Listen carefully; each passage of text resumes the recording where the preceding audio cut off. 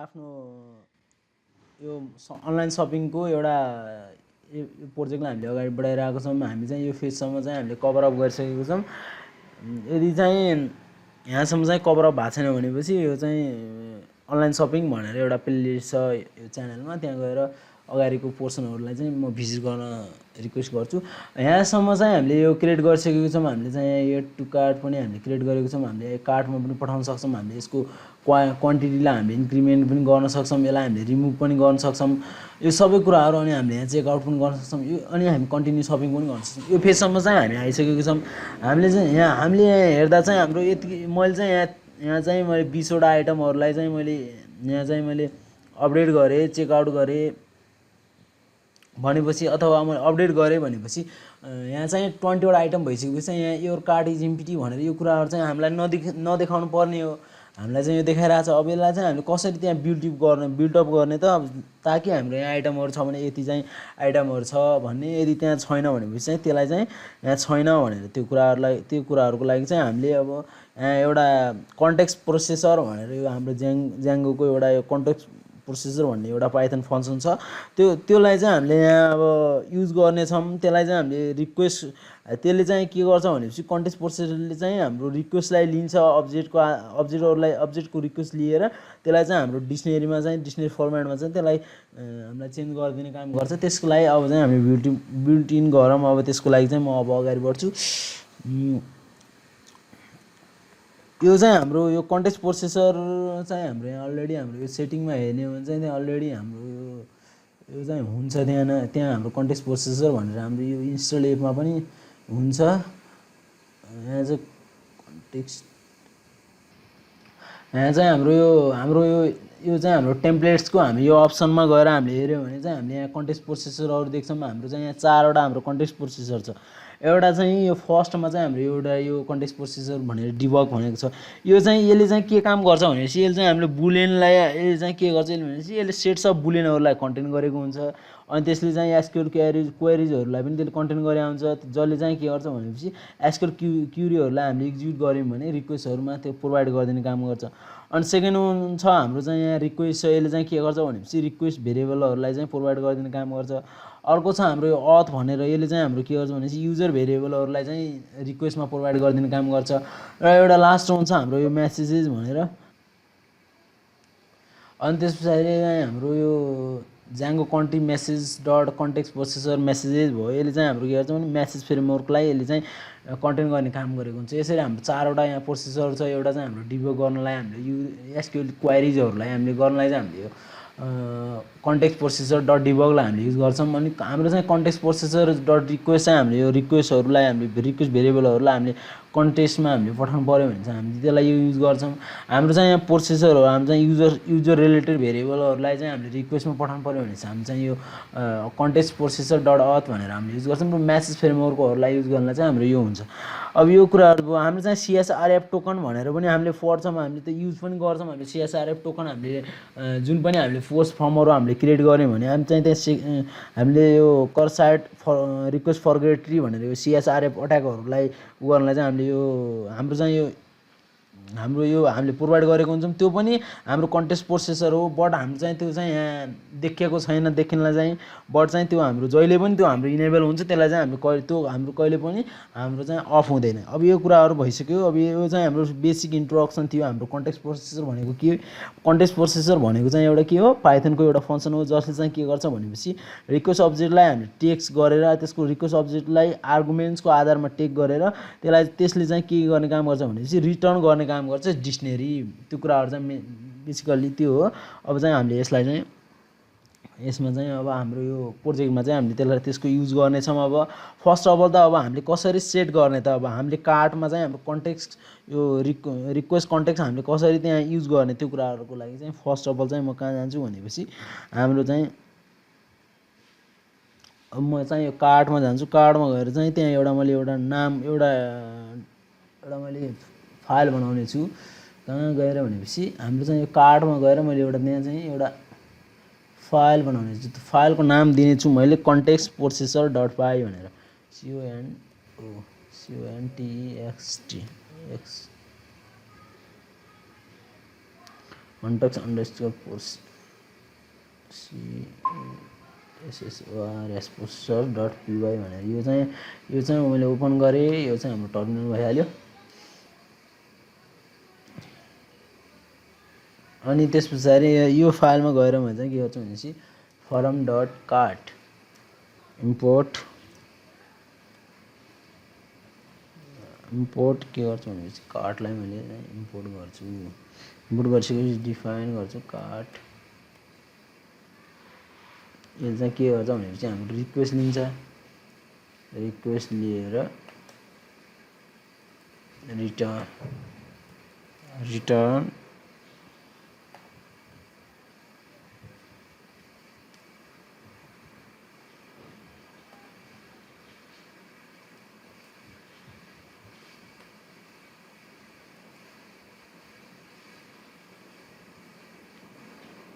यति चाहिँ मैले यहाँ सेभ गर्छु। यति गरेर हामी चाहिँ अलरेडी हामीले यहाँ अघि हामीले यहाँ सेटिङमा चाहिँ हामीले चाहिँ यहाँ हेरिरहेको थियौँ यो हाम्रो यो context प्रोसेसरको अप्सनहरू।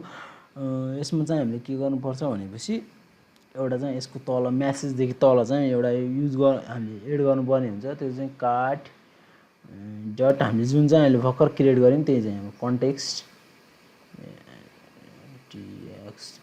Underscore processor CSSR dot cart भनेर यो चाहिँ हामीले फरवर्ड गरेर यसलाई चाहिँ म सेभ गरिदिएँ। हाम्रो चाहिँ यहाँ के हुन्छ भनेपछि हामीले कार्ड कन्टेक्स्ट प्रोसेसर चाहिँ हाम्रो एक्जिक्युट हुन्छ एभ्री टाइम्स होइन। के हुन्छ भने चाहिँ जब हाम्रो टेम्प्लेट हाम्रो चाहिँ रेन्डर हुन्छ हाम्रो जेङ्गो रिक्वेस्ट कन्टेक्स्टतिर, त्यसपछि त्यो हुने बित्तिकै चाहिँ हाम्रो चाहिँ यो फेज चाहिँ हाम्रो एक्जिक्युट हुन्छ। यो कुराहरू थियो। अब चाहिँ हामीले के गर्नुपर्छ भनेपछि मैले चाहिँ अलिकति हाम्रो चाहिँ यहाँ कार्डको लागि हाम्रो चाहिँ एमपिटी भनिरहेको छ। अब यसको लागि चाहिँ हामी बेसिकल्ली हामी कहाँ जानुपर्छ भनेपछि सबको बेस डट एचटिएमएलमा गएर त्यहाँ केही कुराहरू चाहिँ मैले एड गर्नुपर्ने हुन्छ। सबको बेस डट एचटिएमएलमा यस फेजमा जानेछु। यस फेजमा चाहिँ हाम्रो यहाँ के छ भने सिम्पली हाम्रो कार्ड इज एमपिटी भनेर हामीले चाहिँ यहाँ दिएको छौँ। त्यो कुरालाई त्यसलाई चाहिँ हामीले अब के गर्नु छु भनेपछि अलिकति यसलाई चाहिँ मैले हटाएर अब चाहिँ यहाँ केही दिनेछु। %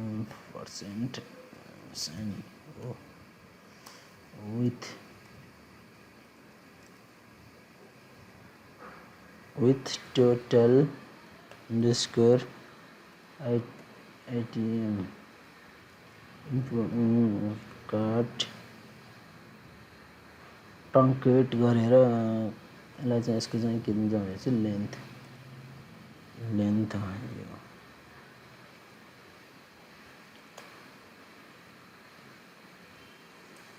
if total underscore ITMS items is greater than चाहिँ हाम्रो 0 यो भयो भने यो कार्ड चाहिँ Y क्यापिटल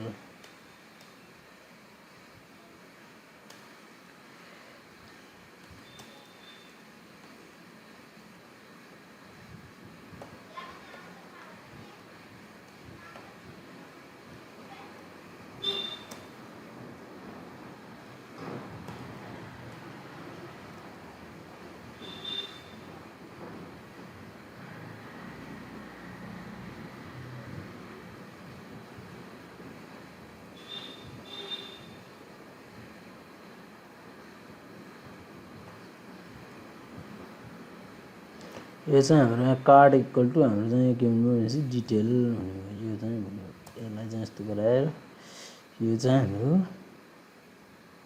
युआरएल भयो भएपछि यसलाई मैले क्लोज गरेँ। यसलाई क्लोज गरेर हामीले चाहिँ यहाँ भेरिएबल दिनेछौँ।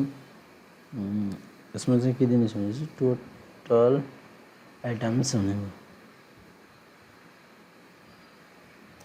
आइटिएम्स आइटम भनेपछि हामीले के हुन्छ भनेपछि टोटल अन्डरस्कोर ITMS यसलाई चाहिँ हाम्रो प्लुराइज गरौँ। हाम्रो चाहिँ एउटा भन्दा चाहिँ हाम्रो बढी हाम्रो ऊ भयो भनेपछि चाहिँ यसले चाहिँ प्रियोराइज गरिदियोस्। त्यहाँ चाहिँ हाम्रो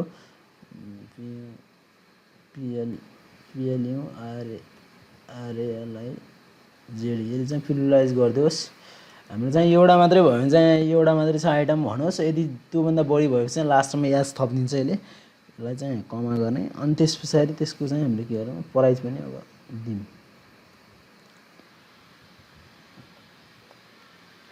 cut get underscore total underscore price price यो पनि अब यदि यो भयो भने त यो भइहाल्यो। अब यो भएन भनेपछि भनेर यहाँ चाहिँ हाम्रो इल्स दिन्छौँ हामीले। इल्समा चाहिँ हाम्रो के हुन्छ भनेपछि अदरवाइज त्यहाँ चाहिँ के दिनु पर्यो भनेपछि योर कार्ड इज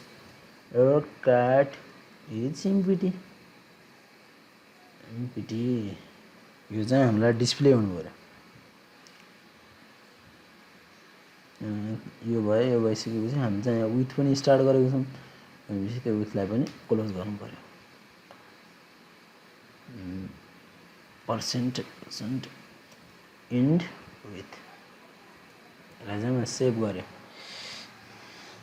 यति सेभ गरेर चाहिँ मैले अब टर्मिनललाई चाहिँ टर्मिनल मैले के गर्छु भनेपछि स्टार्ट गर्नेछु। यहाँ चाहिँ मेरो अलरेडी एउटा टर्मिनल चाहिँ अघि नै हाम्रो चलिरहेको हुनुपर्ने हो। यहाँ चाहिँ हाम्रो टर्मिनल चाहिँ चलिरहेको छ। म चाहिँ एकचोटि यसलाई चाहिँ रिफ्रेस गर्नेछु। यो चाहिँ अहिले हाम्रो यो फेजमा छ। यहाँ चाहिँ विथ एक्सपोर्ट बेस विथ आइटममा चाहिँ हाम्रो इरर आइरहेछ भने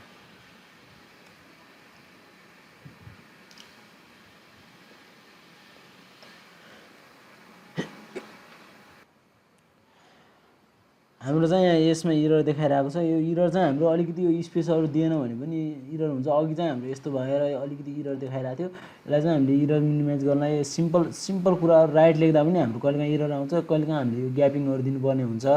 कहिलेकाहीँ हाम्रो इक्वलहरूलाई अलिक नजिकै राख्नुपर्ने हुन्छ। यो कुराहरूलाई राखेर मैले चाहिँ एकचोटि सेभ गरेर मैले चाहिँ अब रिलोड गर्न आइरहेको छु। रिलोड गर्दा चाहिँ अहिले चाहिँ मेरो चाहिँ यो बनिसकेको छ। हामीले चाहिँ यहाँ एउटा सेटिङहरू गरेर हामीले एउटा कन्टेक्स्ट प्रोसेसर चाहिँ हामीले यहाँ प्रोभाइड गरिदिइसकेको छौँ। लेटेस्ट कन्सिडर कस्तो भनेपछि जब मैले चाहिँ फेरि यो एउटा टिभीलाई चाहिँ मैले एड टु कार्ट गर्नेछु। यहाँ चाहिँ हाम्रो इन्क्रिमेन्ट भइरहेको छ कि जस्तो मैले चाहिँ यो 3वटा आइटमलाई रिमुभ गरेँ भने यहाँ एउटा आइटम भनिरहेको छ।